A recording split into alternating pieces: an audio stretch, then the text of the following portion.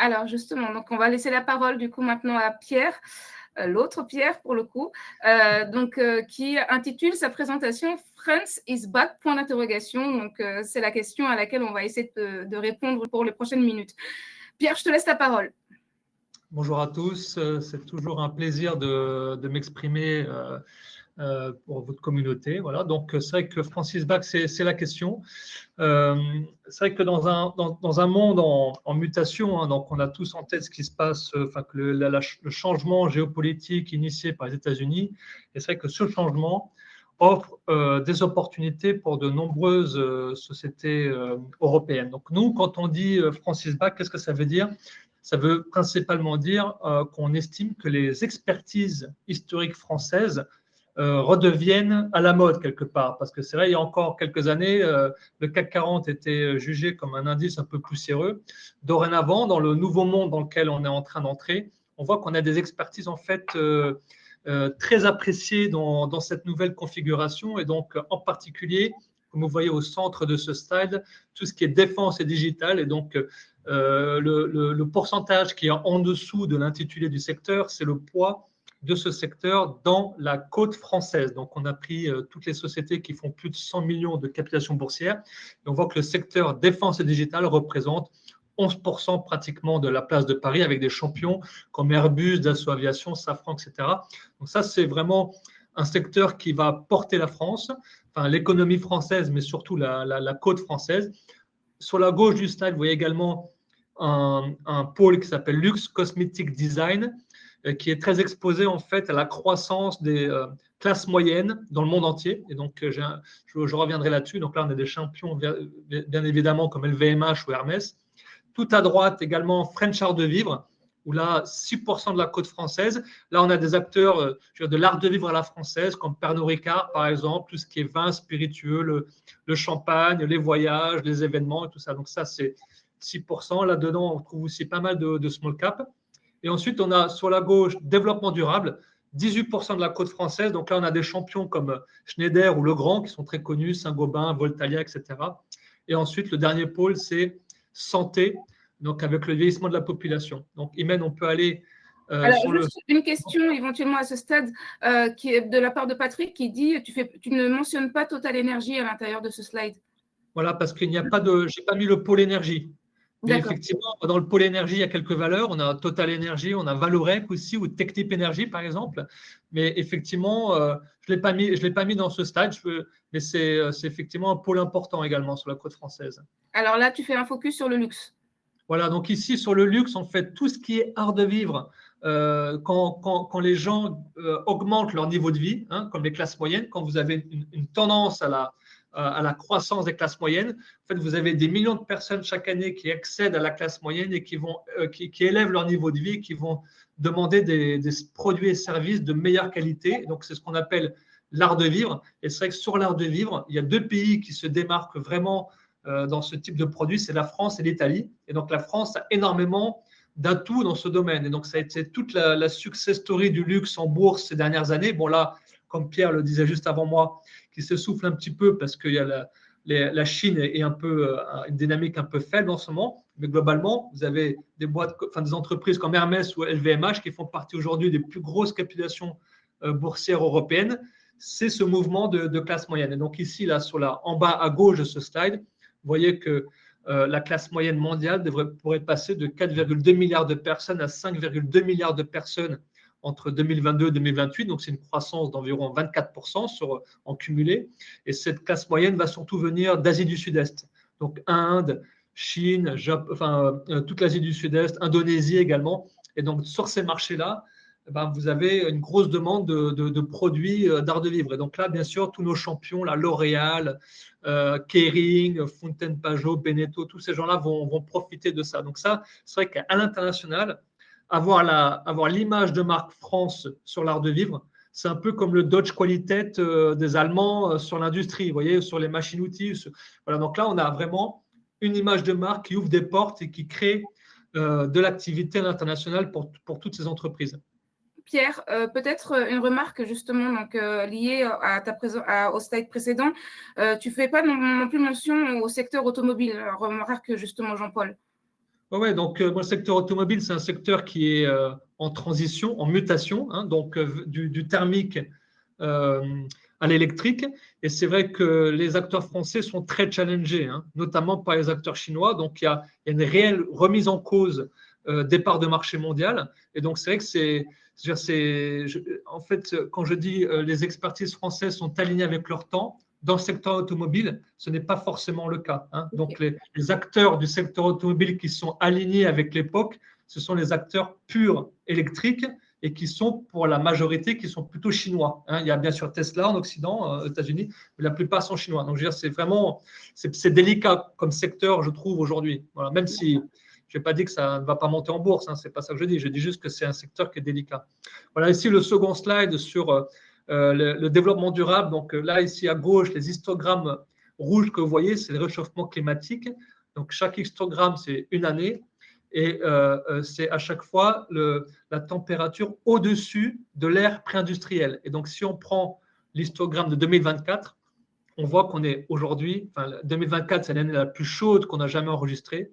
Et elle est 1,6 degré, la température globale moyenne est 1,6 degré au-dessus de la moyenne de l'ère pré-industrielle. Ça veut dire que le réchauffement climatique est en marche. Et pour adresser ce défi, il y a énormément de demandes. Et là, vraiment, on a des champions français. Donc, bien sûr, Schneider, Saint-Gobain, Legrand, SPIE, Rexel. Voilà, tous ces gens-là offrent des solutions et sont déjà en conquête de parts de marché dans le monde entier. Et là, on a la chance d'avoir ces champions listés à Paris. Alors, je reviens sur tes estimations ici pour éventuellement évoquer une question de Jean-Marie qui demande est-ce que les estimations de population sont, selon toi, déjà dans le cours des actions? Si vous voulez, il y a plein de domaines, en fait. Par exemple, sur le vin spiritueux, par exemple, en fait, on a eu vraiment un effet du Covid où les gens ont consommé beaucoup d'alcool. Ça a généré beaucoup d'activités. Et ensuite, les gens ont un peu moins bu d'alcool à la sortie du Covid. Et donc, il y a eu beaucoup de stock dans le secteur. Et donc, l'activité a baissé. Pour Pernod Ricard, par exemple, Pernod Ricard est sur un point bas depuis des années. Et donc, clairement, en fait, ce n'est pas dans le cours de bourse aujourd'hui. Donc, il y a un effet surstockage qui devra tôt ou tard s'arrêter. Et donc là, effectivement, il y a de l'upside sur pas mal de valeurs. Là, Pierre disait tout à l'heure que le secteur du luxe s'essoufflait un peu en ce moment. Le secteur du luxe a pas mal retracé en bourse dernièrement parce que la Chine va pas, la consommation en Chine est un peu molle, mais un peu aussi aux États-Unis. Et donc, ça ne veut pas dire que c'est fini parce que la méga tendance que je vous donne ici, elle est là pour durer. Voilà. Et donc, c'est-à-dire que ces valeurs-là, vous voyez, sur un cycle, sur une méga tendance, vous n'avez pas une montée des cours de bourse en ligne droite. Parfois, ça retrace un petit peu, il y a un essoufflement temporaire pour ensuite repartir. Voilà, c'est ce qu'on pense sur ce secteur. À l'instar éventuellement de tes commentaires sur le secteur automobile, Sylvain demande éventuellement est-ce que tu aurais quelque chose à dire sur le secteur des télécoms? Est-ce que le secteur également est un secteur des télécoms, est un secteur délicat également et c'est la raison pour laquelle tu ne l'as pas nécessairement mis en avant? Oui, le problème dans les télécoms, c'est que globalement, il y a une guerre des prix depuis longtemps en France. Et donc, on voit tous que le prix de nos forfaits a plutôt baissé, je veux dire, en moyenne depuis la décennie qui vient de s'écouler. Or, les investissements pour les sociétés télécoms ont été importants pour déployer la fibre, par exemple. Et donc, du coup, on a beaucoup d'investissements et des prix qui sont plutôt baissiers. Voilà. Là, en ce moment, ce qui se passe, c'est que Orange a pas mal monté en bourse récemment parce qu'il y a une recherche de valeur défensive. Mais il y a aussi peut-être un sujet aussi qui est intéressant sur Orange. C'est le fait que Altice, SFR, va pas très bien et pourrait être absorbé par les trois autres acteurs, ce qui permettrait de mettre en tout cas un frein temporairement à cette guerre des prix. Et ça, c'est positif. Mais vous voyez, ce que je dis là, c'est quelque chose de plutôt, c'est plutôt du moment, c'est conjoncturel, alors que moi, je parle de méga tendances qui sont là pour durer au moins jusqu'à la fin de la décennie, voire au-delà. Donc, sur le secteur des télécoms, j'en ferai pas une méga tendance. Voilà. Alors justement, Pierre, une autre méga tendance que tu mets en évidence, c'est le secteur de la défense, pour le coup, donc, et tu l'intitules un atout considérable pour la France. Oui. Secteur de la défense que vous jouez, juste entre parenthèses, à travers un fonds qui est un blockbuster chez la financière de l'Échiquier, qui est le fonds Échiquier Space, notamment, voilà, donc, qui joue justement ce secteur de la défense. Je te laisse la parole, Pierre. Oui, c'est vrai que la France, en tout cas, pendant longtemps, la défense, comme on était dans un monde en paix, était très délaissée en bourse, mais vraiment très délaissée. Donc, on avait des multiples très bas, des entreprises qui étaient obligées de trouver des moyens de se diversifier parce que la demande n'était pas là. Là, on a bien vu que ces dernières années, quand même, la situation a totalement changé. Et c'est vrai que la France est le seul pays d'Europe qui n'achète rien à l'étranger parce qu'on a une industrie de la défense. Le choix, mais ça remonte à De Gaulle, le choix, c'était d'avoir une industrie intégrée de bout en bout, de A à Z. Et ça, c'est une exception en Europe. Je veux dire, il y a peut-être le Royaume-Uni qui a aussi adopté ce genre d'approche, mais dans l'Union européenne, sur le continent, la France est le seul pays à avoir ce format-là. Et donc, c'est vrai que dans un monde qui se réarme, vous avez la France qui est très bien positionnée, sachant que la France est le deuxième exportateur dans la défense au monde, derrière les États-Unis. Et donc là, effectivement, on a vu aussi au cours des dernières années qu'on a réussi à exporter le Rafale davantage. Je pense que dans les prochaines années, la France étant un exportateur important sur la place mondiale, c'est 10% de part de marché à l'export, aura des portes qui vont s'ouvrir, aura des atouts à faire valoir. Et donc là, ici, je vous ai cité quelques acteurs. Donc à la Bourse de Paris, on identifie une vingtaine d'acteurs qui sont exposés au secteur de la défense, dont certains champions. Donc je pense notamment à Excel Technologies ou Exosens, qui sont des valeurs moyennes, mais qui font une grosse partie de leur chiffre d'affaires au-delà de 50% de leur chiffre d'affaires dans la défense, qui ont déjà beaucoup monté en bourse, mais on y reviendra tout à l'heure. Donc là, on a des acteurs un peu plus grands comme Airbus ou Safran. Donc là, toutes ces valeurs-là ont beaucoup monté en bourse. Ça ne veut pas dire que c'est terminé, mais comme je vous le disais, une méga tendance, en fait, les cours de bourse ne montent pas en ligne droite. Donc, parfois, ça monte très fort. Donc là, c'est ce qui est arrivé pour ce secteur. Donc, clairement, nous, aujourd'hui, on prend des profits globalement sur ce secteur parce que ça a beaucoup monté. Mais si ça redescend sur le retracement, on aura tendance à revenir. Vous voyez, donc, c'est un secteur qu'il va falloir suivre maintenant pendant au moins une décennie parce qu'il va se passer beaucoup de choses. Et à chaque fois, il faudra pouvoir faire les bons choix. Mais donc, en France, on en a une vingtaine de valeurs sur lesquelles vous pouvez faire vos choix. Alors, je reviendrai sur les questions de Sylvain et Frédéric, mais Fabrice demande, en lien avec le secteur de la défense, l'État n'est pas en mesure de passer des commandes dans le domaine de la défense en dépit de ses déclarations. Et il te demande, est-ce qu'on ne doit pas s'attendre à des déceptions dans ce domaine? Alors, s'il y a des déceptions, ça sera des déceptions de timing, c'est-à-dire au lieu d'avoir les prises de commandes cette année, ça sera peut-être l'année prochaine. Bon, on pense que globalement, les grosses commandes, il faut attendre plutôt, enfin, ça sera 2027. Voilà, 2027, c'est le repère à partir duquel vraiment les programmes d'envergure vont s'enclencher. Voilà. Donc, si des gens attendent des choses immédiates, il peut avoir effectivement des déceptions. Maintenant, il y a certaines catégories de produits qui sont de cycle court et d'autres qui sont de cycle un peu plus long. Et donc là, oui, il peut y avoir un peu de déception, mais j'ai envie de dire, ces déceptions, il faudra les mettre à profit pour rentrer sur le secteur. Donc, je veux dire, en même temps, ça peut être une opportunité. Voilà. D'autre part, en fait, l'État français, par exemple, a augmenté son budget de la défense de 32 milliards en 2017 à 50 milliards aujourd'hui et va vers 70 milliards à la fin de la décennie. Donc, vous voyez, donc déjà, c'est enclenché. Maintenant, pourquoi les commandes? Parce que c'est vrai que tout le monde dit les commandes n'arrivent pas, les commandes n'arrivent pas. Si vous voulez, pourquoi? Parce que c'est stratégique. Quand il faut qu'il y ait une chaîne de commandement qui soit très claire. Et dans la chaîne de commandement, il faut qu'on sache exactement sur quoi on va être fort. Voilà. Ça ne vous a pas échappé que la France toute seule ne va pas réussir à défier le monde entier. Donc, il faut qu'il y ait une coordination entre plusieurs pays en Europe pour que l'Europe pèse militairement dans le monde. Vous voyez, donc, à mon avis, ça, c'est la première étape, c'est le premier étage. Et là-dessus, il y a encore beaucoup de questions. Et donc, la chaîne de commandement, avoir un commandement unifié en Europe sur les 27 États de l'Union, à mon avis, c'est utopique. Donc, ce qui va se passer, sans doute, c'est qu'on va avoir une coalition d'États cœurs. Là, il y a déjà beaucoup de rapprochements entre le Royaume-Uni et la France pour faire des développements, l'Allemagne également pour développer des nouvelles armes. Et donc la mise en œuvre de ce programme, de ce plan, met du temps parce qu'il ne faut pas se précipiter, il ne faut pas acheter le matériel avant d'être clair sur le commandement. Vous voyez, donc il faut faire les choses dans l'ordre. Et donc, mais je pense que là, on est vraiment sur le temps long. Je pense qu'on est sur quelque chose qui va durer au moins une décennie, voire plusieurs décennies. Mais ce qu'il faut bien comprendre, c'est qu'on est en train d'assister au redémarrage de toute l'industrie de défense en Europe. Et dans ce domaine-là, la France est le pays le plus puissant d'Europe. Et donc, c'est le 7e pays le plus puissant militairement du monde. Donc, je dirais, parfois, on l'oublie, mais la France, c'est un pays qui compte militairement. Hein. Alors, oui, donc Fabrice, du coup, Pierre a répondu par rapport éventuellement à la projection sur un ton long. Par contre, il y a une question de Jean-Marie qui dit et ce fameux livret A, grand emprunt spécial défense, où en est-on? Est-ce que tu saurais répondre à ça? Est-ce que tu aurais un commentaire par rapport à ça? Oui, alors aujourd'hui, si vous voulez, nous-mêmes à la Financière d'Échiquier, on est consulté par différentes instances de place pour savoir dans quelle mesure on peut financer l'effort de défense, dans quelle mesure on peut financer le tissu productif de PME en France, etc.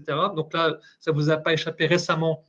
Il y a 2 jours, il y a le label européen qui a été créé pour flécher l'épargne nationale vers les entreprises européennes. Le livret A aussi fait envie, hein, est convoité par beaucoup de monde, par le secteur de la tech, par les startups, par les promoteurs des startups, par le secteur de la défense. Je pense qu'aujourd'hui, le fléchage de l'épargne européenne est un sujet qui est débattu au plus haut niveau de décision politique. Et on voit que le label européen, que les décisions commencent à arriver, commencent à venir. Et donc, sur le livret A, ce n'est pas encore fait, mais en tout cas, je pense que dans les 12-24 mois, on aura des solutions de fléchage vers le secteur de la défense d'une manière ou d'une autre. Alors après, est-ce qu'il y aura un avantage fiscal, etc. Ça c'est encore trop tôt pour le dire. Mais en tout cas, vous pouvez vous attendre à des annonces sur le fléchage de l'épargne européenne au cours des prochains trimestres. Alors, une autre méga tendance que tu mets en avant dans tes slides, c'est le vieillissement de la population, donc une opportunité pour le secteur de la santé. Oui, bien sûr. Donc, le vieillissement de population, c'est un phénomène, ça, c'est vraiment une vraie méga tendance. Donc, si vous voulez, aujourd'hui, on a environ 12% de la population qui a plus de 60 ans, la population mondiale, et on s'attend à ce que ce soit 22% à l'avenir. Donc là, ici, il n'y a pas les dates, je crois. Voilà, c'est ça. Donc, d'ici 2050. Hein. Donc, en 2015, c'était 12% de la population mondiale qui a été âgée de plus de 60 ans. Et en 2050, ça sera pratiquement 22%. Donc, ce mouvement global va modifier la demande pour des produits de santé qui sont incontournables. Donc, bien évidemment, en France, on a le champion incontesté des lunettes. Alors là, c'est le truc évident. Donc, EssilorLuxottica, c'est vraiment une boîte assez remarquable parce qu'elle est en train de changer totalement son secteur en inventant notamment dernièrement les lunettes connectées avec le groupe américain Meta, par exemple, ou également des verres anti-myopie révolutionnaires. Et donc là, vraiment, on a vraiment un champion. Ensuite, on a bien sûr beaucoup de valeurs de la santé, la Côte de Paris, donc en particulier Sanofi, bien évidemment, qui est la plus grosse, mais également des sociétés plus petites, des laboratoires plus petits comme Ipsen ou Guerbet. Ensuite, on a également 3 maisons de retraite qui sont cotées à Paris. Donc, c'est Emeis, Helena Santé et Clariane. Et ensuite, on a aussi beaucoup de biotech. Voilà. Donc, ici, là, bien sûr, le vieillissement de population, ça veut aussi dire des cancers. Et donc, là, on a plusieurs biotech qui adressent ce sujet du cancer. Et donc, là, vraiment, on a un écosystème qui est vraiment très riche et qui va porter la Côte de Paris, je pense, avec cette méga tendance.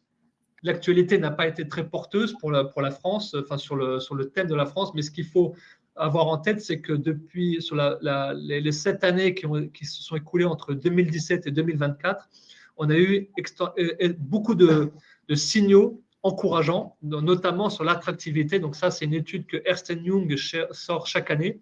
C'est le nombre de projets d'investissement des étrangers en France. Et on voit qu'on est parmi les premiers, enfin on est le pays le plus attractif d'Europe en tout cas. Sur ce baromètre-là. Et donc, c'est depuis plusieurs années maintenant, depuis 2017, enfin depuis 2019, pardon. Et donc, ça, c'était une source d'espoir. Ensuite, sur le slide suivant, On peut voir aussi qu'on a eu une baisse, enfin, on a eu, ici, ce sont les emplois dans le secteur industriel depuis les années 70. Et on voit que depuis les années 70, vraiment la courbe, il y a eu énormément de destruction d'emplois industriels en France avec la mondialisation. Et on voit que depuis 2017, enfin, le nombre d'emplois dans l'industrie redémarre, repart à la hausse en France. Et là, on voit bien qu'il y a une véritable inflexion de tendance. Et ça également, c'est une source d'espoir en se disant, finalement, cette politique de l'offre qui a été appliquée, elle fonctionne quelque part, elle porte ses premiers fruits. Ce qui est aussi important aussi de voir, c'est que ces dernières années, la France a gagné énormément en influence politique. D'ailleurs, le label européen que je viens de vous annoncer, c'est une initiative française, une association avec l'Espagne. Et donc, c'est vrai que l'Europe, c'est le couple franco-allemand. Les Allemands, aujourd'hui, sont un peu dans une impasse parce que leur business model historique, c'est-à-dire exporter aux pays émergents, en particulier en Chine, en utilisant de l'énergie pas chère de la Russie et en étant protégé militairement par les Américains, ce modèle de développement aujourd'hui est arrivé à son terme et donc l'Allemagne doit se réinventer et n'est pas encore en mesure aujourd'hui d'être un leader sur la direction de la construction européenne. Même si le nouveau chancelier offre de certaines directions qui sont intéressantes, mais globalement, aujourd'hui, ceux qui donnent la vision sur la construction européenne, c'est le leadership français. Et on l'a vu sur le nucléaire, on l'a vu sur plein de sujets. Donc, c'est vrai que quand vous faites partie de l'Union européenne, si vous pouvez façonner sa construction à votre avantage, c'est un élément considérable pour la suite. Voilà. Donc, voilà. Ici, là, le contexte est posé. Donc, nous, comme vous l'avez compris, on est plutôt optimiste sur la France. Et un segment en particulier, ce sont les small caps françaises. Voilà, ici, ce qu'on vous a mis, c'est le CAC Small, donc en rose, contre le CAC 40 depuis 2017. Et là, on voit qu'il y a une forte sous-performance. Et c'est là que réside peut-être l'opportunité. Donc, sur le slide suivant, j'ai zoomé un petit peu et j'ai pris depuis fin 2023. Donc, on va dire depuis 18 mois, on va dire. On voit que depuis 18 mois, le CAC Small bat le CAC 40. Et donc, on voit qu'il y a une remontada quelque part des valeurs moyennes. Et si on va sur le slide suivant, on voit que c'est depuis le début de l'année. Et là, on voit que les valeurs moyennes françaises surperforment nettement les grandes valeurs du CAC 40 avec une performance qui est au-delà de 20%. Là où le CAC 40, comme le disait Pierre, fait quelque chose comme plus 6 ou 7%. Voilà, donc il y a une grosse surperformance des valeurs moyennes. Donc la question, c'est est-ce que c'est enfin le moment de revenir, sachant que depuis 2017, elles avaient plutôt tendance à sous-performer. Voilà, donc ça, c'est un récapitulatif depuis le début des années 2000. On voit que ça s'est fait en plusieurs vagues. Voilà. On peut aller sur le slide suivant, Imen. Voilà. Ici, c'est important parce que c'est l'aspect valorisation. Donc ça, c'est le price earning ratio pour ceux qui sont familiers de ce multiple. Donc c'est la capitalisation boursière divisée par les résultats nets. Donc vous voyez que, et là en rouge, vous avez la moyenne. Donc, vous voyez qu'aujourd'hui, on se traite avec une nette, très, très nette décote. Les valeurs moyennes se traitent avec des valorisations très faibles par rapport aux grandes valeurs à des niveaux qui n'ont pas été vus depuis extrêmement longtemps. Hein. Donc, tout ça, ce que ça veut dire, c'est qu'on a un segment qui est peu cher au regard des standards historiques et qui, en plus, recommence à surperformer. Et donc, ce sont des indicateurs qui sont intéressants pour se dire est-ce que c'est le bon moment. Voilà. Donc ici, sur le slide suivant, je vous ai mis le top 10 d'un fonds qu'on gère qui s'appelle Tocqueville PME, qui est en hausse de plus de 22% depuis le début de l'année, qui surperforme régulièrement de manière récurrente le CAC Small, par exemple. Et ici, on vous a mis le top 10. Donc, en théorie, le top 10, ce sont nos valeurs préférées, quelque part. Et donc ici, vous voyez qu'on a Excel Technologies, qui est la première position, qui est une société qui fait des drones sous-marins et des centrales inertielles pour la défense. Et donc, c'est plus de 50% du chiffre d'affaires est fait dans la défense.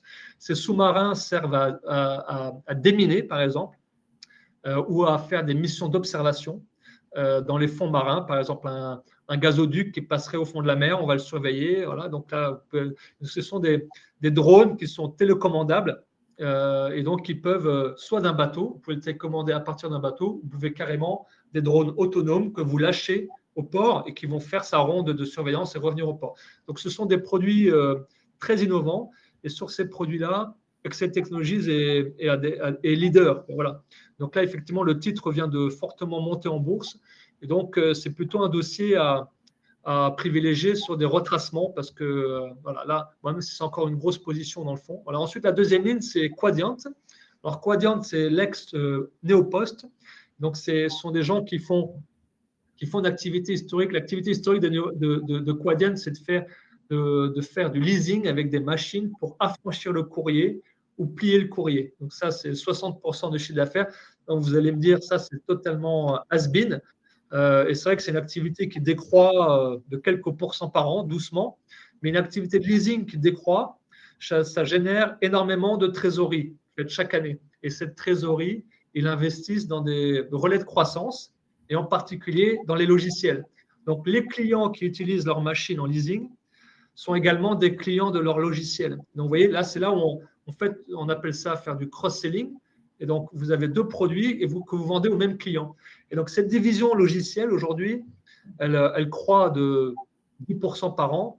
Et c'est une activité qui est un peu similaire à celle d'Esker, pour ceux qui connaissent. Et Esker a fait l'objet d'une OPA l'an dernier sur des multiples de valorisation très élevés.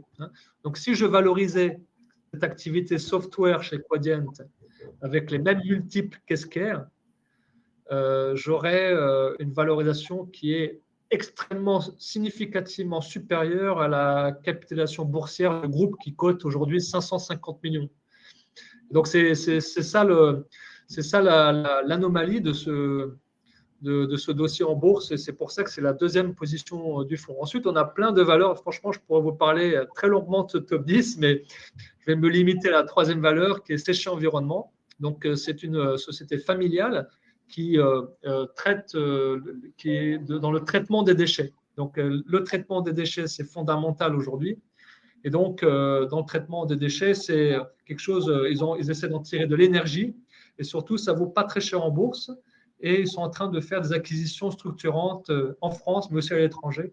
Et nous, on pense que c'est vraiment une valeur très bien gérée sur le long terme qui peut constituer une valeur de fonds de portefeuille intéressante. Voilà, ensuite, bon, les autres, je pourrais en parler longuement, mais ce qu'on peut faire, c'est Imen, aller au slide suivant. Oui.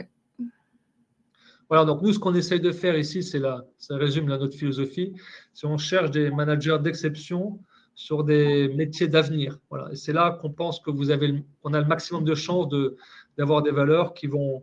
On cherche des small caps qui vont rentrer dans le CAC 40. Voilà. Donc, je pense que dans le portefeuille, il y en a quelques-unes qui peuvent rentrer dans le CAC 40. Et donc, celles qui l'ont fait, comme des valeurs comme Téléperformance ou Eurofins, par exemple, qui ont fait ces parcours absolument fantastiques, souvent cumulent ces qualités, c'est d'avoir un très bon management dans la durée, positionné sur un métier d'avenir. Voilà, donc c'est ce qu'on fait dans ce fonds. Voilà, ici, c'est le camembert du portefeuille. Donc, vous voyez beaucoup de lifestyle, ce qui est un peu art de vivre, un peu comme ça, digital, développement durable. Voilà, ça, ce sont vraiment les grosses briques du portefeuille.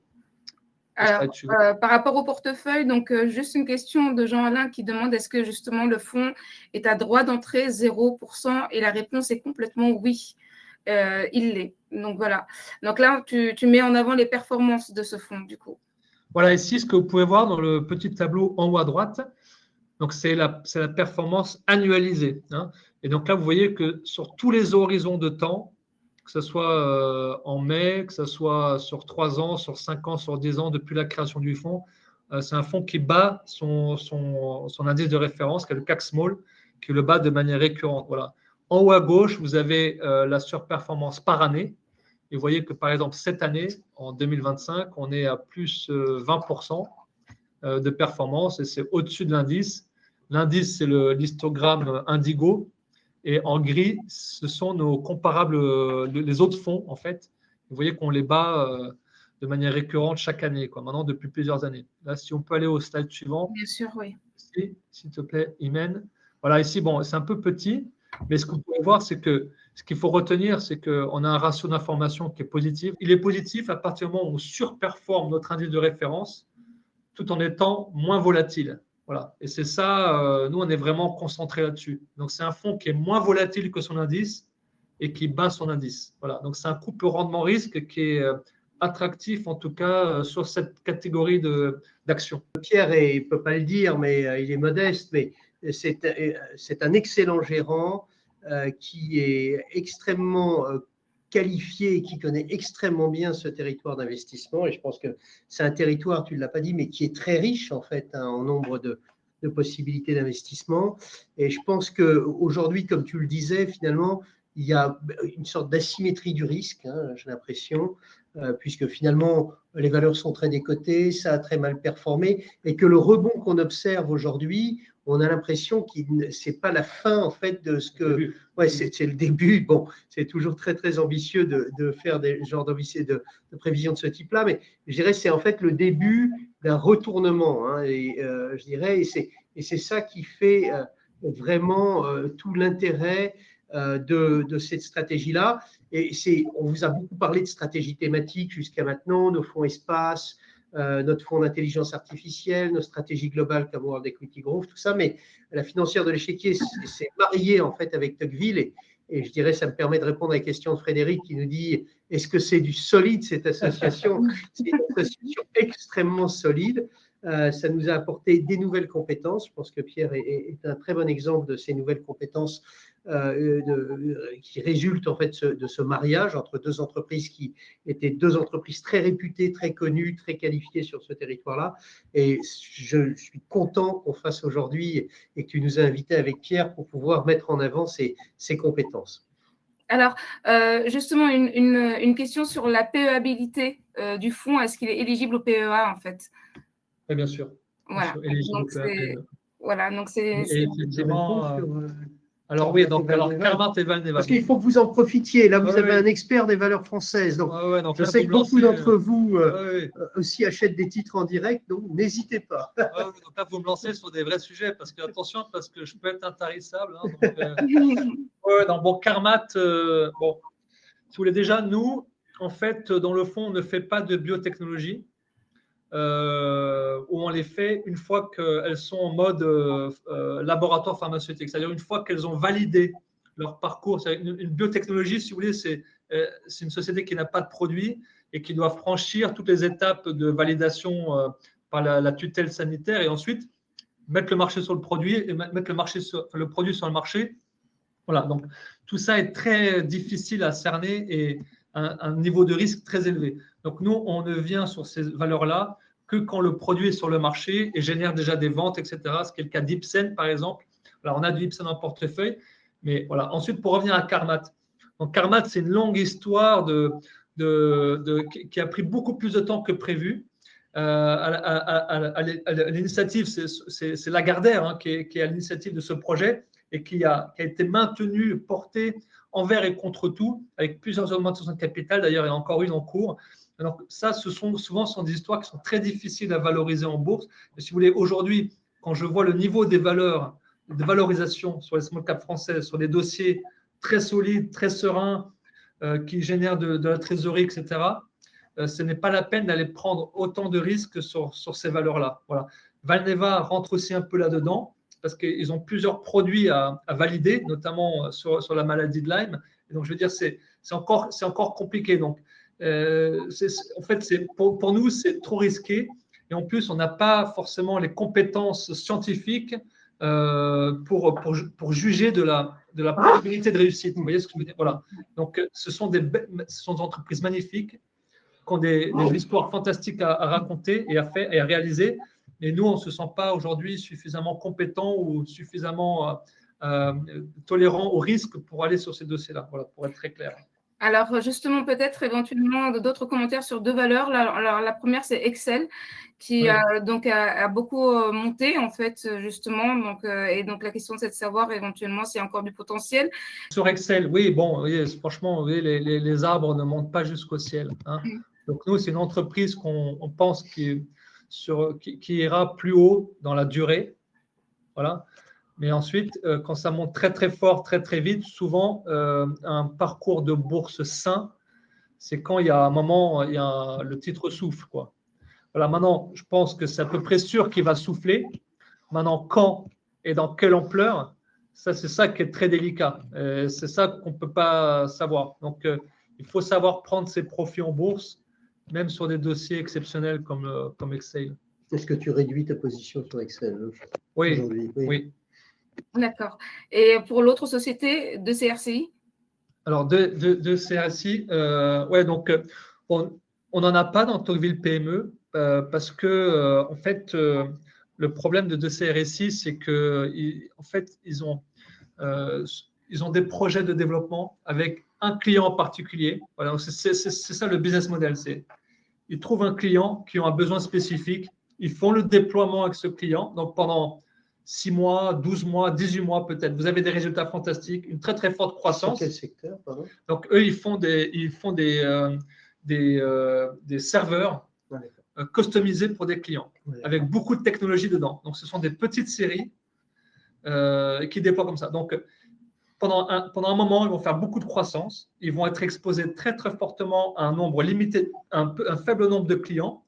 Et ensuite, tout le jeu, c'est de pouvoir renouveler avec d'autres clients et repartir sur une jambe de croissance. Donc, en fait, ça n'arrive pas toujours. Donc, du coup, ensuite, vous avez une baisse de l'activité jusqu'à ce qu'ils trouvent un nouveau client. Donc, en fait, vous avez une activité qui est en taux ondulé comme ça, alors qui croît, hein, mais et en bourse, ce type de croissance hachée, c'est très dur à valoriser par les investisseurs. Vous voyez? Okay. Et c'est ça qui fait que sur un dossier comme ça, même s'il y a du potentiel sur le long terme, c'est un dossier qui sera toujours décoté parce que sa croissance est hachée. Voilà. En fait, en bourse, il vaut mieux une croissance linéaire comme ça, progressive, plutôt qu'une croissance hachée qui est très difficile. Voilà. Donc, c'est un peu le cas de Ubisoft, par exemple. Hein. Ubisoft, ils sortent un gros jeu, ça cartonne, et après, le jeu d'après, il ne marche pas, et là, ça ne marche plus. Et donc, voilà. Donc, c'est ça le problème de CRSI. Donc, on n'en a pas dans Tocqueville PME. Ok, c'est entendu. Pierre, on peut rester avec toi encore très longtemps, mais je vais juste résumer éventuellement les quelques questions auxquelles on n'a pas répondu en 2 questions. La première, c'est est-ce que tu as un avis sur 3 secteurs qui ont été évoqués, à savoir la finance, les composants électroniques, notamment les semi-conducteurs et éventuellement les bâtiments. Est-ce que tu as un avis ou pas là-dessus? Et donc, sur 2 valeurs qui ont été citées, donc Soitec et Téléperformance. Pour nous, et éventuellement, voilà, Soitec et Téléperformance. Alors, je vais commencer par la fin parce que bon, Soitec, c'est une entreprise de très bonne qualité. Je pense qu'il y a une technologie remarquable. Qui est une technologie qui pourrait devenir standard, hein, qui l'est déjà, mais dans d'autres applications qui pourraient devenir standard. Ensuite, le problème, c'est que le secteur des semi-conducteurs, donc en fait, l'une des technologies très fortes, c'est le smart cut, donc ils peuvent couper le silicium avec des tranches très très fines, ce qui permet de mettre plein de couches différentes. Voilà, donc ça c'est l'une des technologies importantes. Ensuite, et donc cette technologie a une valeur. Voilà. Maintenant, le problème, c'est que le secteur des semi-conducteurs, c'est un secteur qui est cyclique. Ils sont très exposés à l'automobile et aux smartphones, en particulier les smartphones. Et post-Covid, il y a eu beaucoup d'électronique qui a été vendue et il y a eu beaucoup de stock qui s'est accumulé dans la chaîne d'approvisionnement et ce stock aujourd'hui est en train de s'écouler.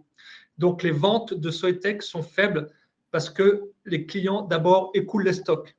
Et donc, c'est pour ça que le cours de bourse est passé de plus de 100 à aujourd'hui 50. Hein. Et donc, c'est ça l'histoire. Donc, tout ce qu'on attend maintenant, c'est que ces stocks soient consommés pour qu'on puisse repartir en croissance. Donc, du coup, Soitec a fait plusieurs profit warning au cours des dernières années. Et là, encore récemment. Et donc, maintenant, on attend. Voilà. Donc, maintenant, dire quand est-ce que ça va repartir, c'est très difficile. Hein. Donc, c'est toujours très difficile. Dans le secteur des semis, il y a une société qui s'appelle OnSemi américaine et STM Microelectronics plus récemment qui ont laissé entendre que les stocks étaient enfin consommés, en tout cas dans le secteur de l'automobile. Mais dans le secteur des smartphones, on n'a pas encore de commentaires qui nous permettent de dire que les stocks sont apurés maintenant. Donc, c'est une histoire de timing. Et je pense que Soitec est une valeur qui peut rentrer dans le CAC 40.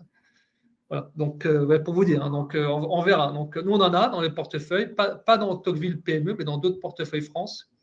Et pour l'instant, on est plutôt en position d'attente et on attend le feu vert, on attend le coup de départ, voilà, pour être tout à fait clair. Voilà. Ensuite, en Téléperformance, c'est une valeur aussi qui est extrêmement décotée, qu'on a rentré récemment en portefeuille. On a commencé une position. Mais là, c'est pareil, on est un peu en position d'attente. En fait, pourquoi? Parce que Téléperformance a valu très cher à un moment. et aujourd'hui vaut plus rien en bourse parce que tout le monde pense que la société va être disruptée par l'intelligence artificielle. En fait, ce qu'il faut comprendre, je les ai encore rencontrés récemment, c'est que l'IA va leur permettre, eux, de réduire leurs coûts, premièrement, et va permettre de réduire leurs coûts des clients. Maintenant, quand vous avez des clients qui sont mondialisés, qui doivent déployer l'IA à grande échelle, c'est là que vous allez faire appel à Téléperformance. Vous voyez ? Donc, la capacité de Téléperformance, c'est de déployer des solutions à grande échelle technologiques pour ses clients. Et donc là, dans cette révolution de l'IA, Téléperformance a tout à fait son rôle à jouer. D'ailleurs, Téléperformance, ce n'est pas la première fois qu'on dit qu'ils vont être disruptés parce que donc, ce sont des centres d'appel Téléperformance. Il y a quelques années, on a eu les chatbots qui ont été inventés. Je ne sais pas si vous vous rappelez. C'était la même histoire. Alors, Téléperformance, c'est terminé. En fait, Téléperformance, leur ADN, c'est de savoir se réinventer tout le temps et utiliser la technologie pour répondre aux besoins de leurs clients. C'est du business services, c'est-à-dire que c'est du service aux entreprises. Donc, eux, tant que leurs entreprises ont besoin de technologie, Téléperformance, quelque part, aura du boulot et aura toujours une manière de profiter de la situation. Donc, c'est ce qu'on pense. Maintenant, moi, je n'ai pas de boule de cristal. Il y a effectivement de l'incertitude, il y a effectivement un risque et c'est pour ça que ça ne vaut pas cher. Mais en bourse, quand ça ne vaut pas cher et qu'il y a des perspectives, c'est là où il y a l'opportunité. Maintenant, et souvent, plus l'opportunité est grande, plus le risque est grand. Donc, pour l'instant, on est dans un cas d'investissement qui est très risqué, mais avec un potentiel de gain élevé. Voilà. Hein, donc, c'est exactement, je pense que c'est bien, c'est exact, enfin, en tout cas, c'est comme ça que je vois le dossier. Ensuite, sur le secteur de la finance, hein, là, on est en train un peu d'éclater le timing. Hein, ouais. On va terminer avec cette dernière remarque, Pierre, justement. Okay, donc, la dernière remarque sur la finance. Donc, ça vous empêche. Dans la finance, il y a plusieurs domaines, mais j'imagine que vous voulez parler des banques parce qu'elles ont beaucoup monté récemment. Alors, c'est intéressant parce que j'ai rencontré la semaine dernière Jean-Laurent Bonafé, le directeur général de BNP. Alors, et j'ai aussi rencontré les dirigeants de Société Générale. Donc, ce qu'il faut comprendre, c'est que ce sont des dossiers qui sont encore peu chers en bourse, malgré la hausse, hein, parce que ça avait atteint des niveaux incroyables. Donc, c'est encore peu cher en bourse. Il y a encore beaucoup d'upside, hein, je pense, en particulier sur les deux d'ailleurs, sur Société Générale et BNP Paribas. Maintenant, comme ça a beaucoup monté, un parcours serein, ce serait que le secteur bancaire souffle un petit peu, fasse une pause pour ensuite repartir. Voilà. Ce qu'il faut comprendre aussi, c'est que le risque sur le secteur bancaire, c'est la récession, c'est le ralentissement économique. Et comme l'a dit Pierre tout à l'heure, je pense que ce qui s'est passé au cours des dernières semaines, c'est qu'on a un peu évacué le risque de récession aux États-Unis, ce qui est un bon élément pour le secteur bancaire mondial globalement, parce que quand les États-Unis rentrent en récession, en général, partout, c'est pas bon. Hein. Donc là, déjà, on est sur un ralentissement économique, mais pour l'instant qui est limité, qui est maîtrisé. Voilà, premièrement. Ensuite, ce qu'il faut, c'est que les taux restent suffisamment élevés. Il faut que la courbe de taux, pour ceux qui sont familiers de cette notion, il faut que la courbe de taux reste pentue. Aujourd'hui, c'est le cas. Donc, pour l'instant, le secteur bancaire, je pense, offre encore des perspectives de hausse, même si il doit un peu souffler. Voilà. Hein. Donc, là aussi, c'est une histoire de timing. Mais je pense que sur un horizon de temps de 2 ans, peut-être, on devrait encore concrétiser normalement de l'upside. Voilà. Maintenant, sur la finance, après, il y a d'autres domaines. Il y a l'asset management, il y a les assureurs, les réassureurs, mais je ne vais pas me lancer là-dedans. Hein. Non, on ne va pas se lancer dedans, non. On va pas se lancer dedans, Pierre. Écoute, merci énormément. Donc, du coup, sur cet éclairage, on va se quitter. Pour mieux se retrouver, j'espère. Mais en tout cas, voilà. Donc, merci pour vos questions. Merci à tous les deux, aux deux Pierre, justement, pour vos informations. Et puis, on essaie de se retrouver donc le mois prochain pour une nouvelle session, justement, donc du point marché avec la financière de l'échiquier. Au revoir. Bonne soirée. Au revoir. Au revoir.